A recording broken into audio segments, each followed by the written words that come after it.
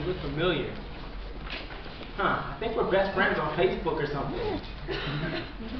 You know, I have a tight inner circle on Facebook. I only have like 4,000 friends. And for you to be in my inner circle, you must be pretty cool. Yeah, man. 4 years went by quick, didn't it? Real quick. I remember just leaving my parents' home the other day. Oh, man. And it seems like half my friends are moving back home after graduation. It used to be that you had a good GPA and a good personality and you were going to get a good job, and that's just not the case nowadays. I don't know. I'm not going back home. Not me.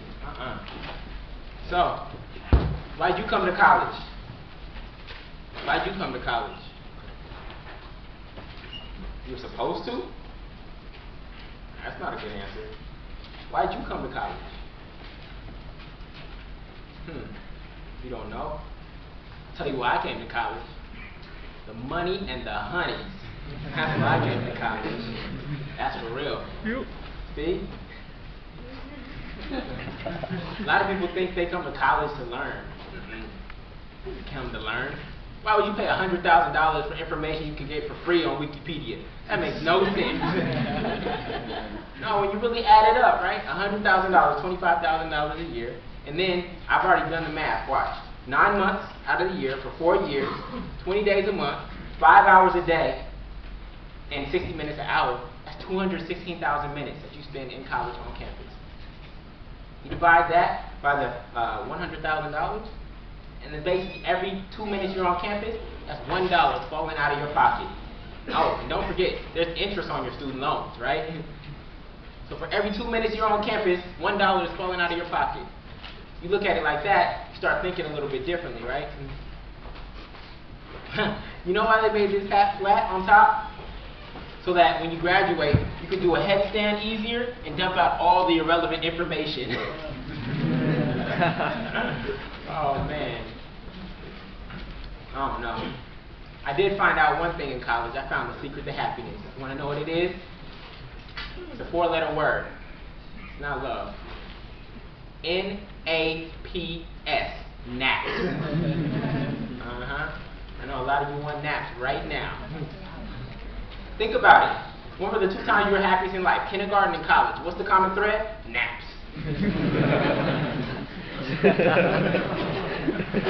I have this whole philosophy called dream awake. You know, a lot of people go out in life and they daydream at their day job, or they dream when they're asleep, or they talk about their dreams. But I really think that life is about dreaming awake. Like living on the edge, being fully alive, not doing the same old routine, dealing with uncertainty and challenging yourself to be your best. That's what dreaming awake means for me. In fact, I define dream as your desired relationship, employment, and money.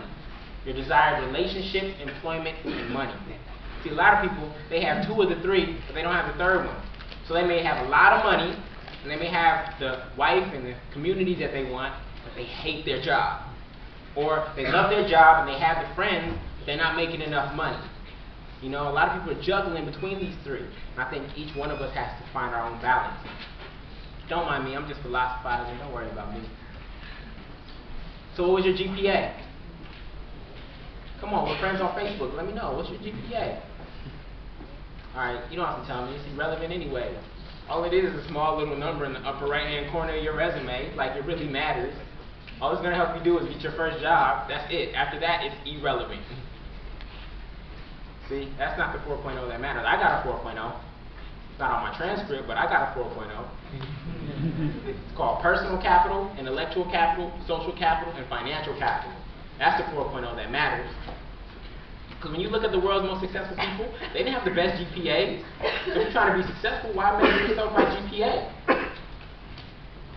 No, the 4.0 that matters is personal capital, social capital, intellectual capital, and financial capital. And that's what I got. Personal capital is how well you know yourself. Right? Your strengths, your passions, your purpose. Intellectual capital, that's what you know.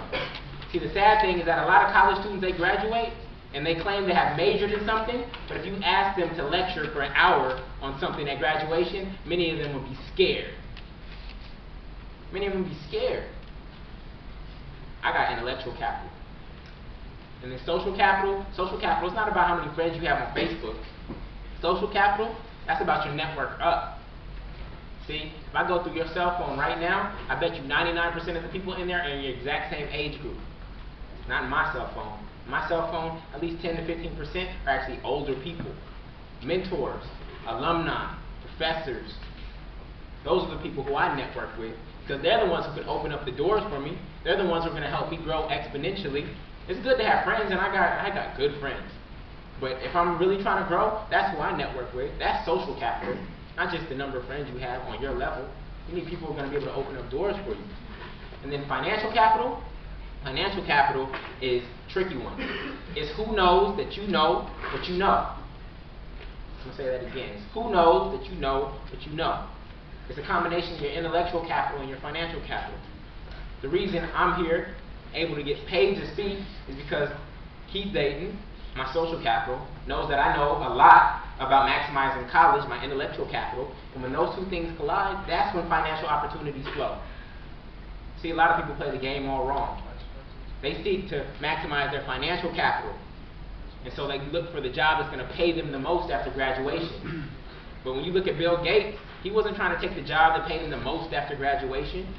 He was trying to see where his intellectual capital for programming and his social capital collided, and that's how you get Microsoft. If he just pursued the job that was going to pay him the most after graduation, he'd be a millionaire, and he'd have like literally less than 1% of what he has today. See, that's not the game. People have it backwards.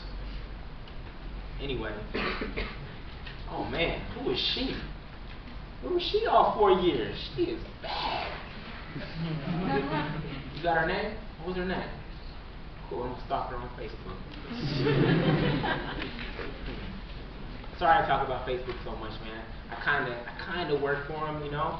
I don't have any shares in the company, but I share a lot of stuff on Facebook, you know.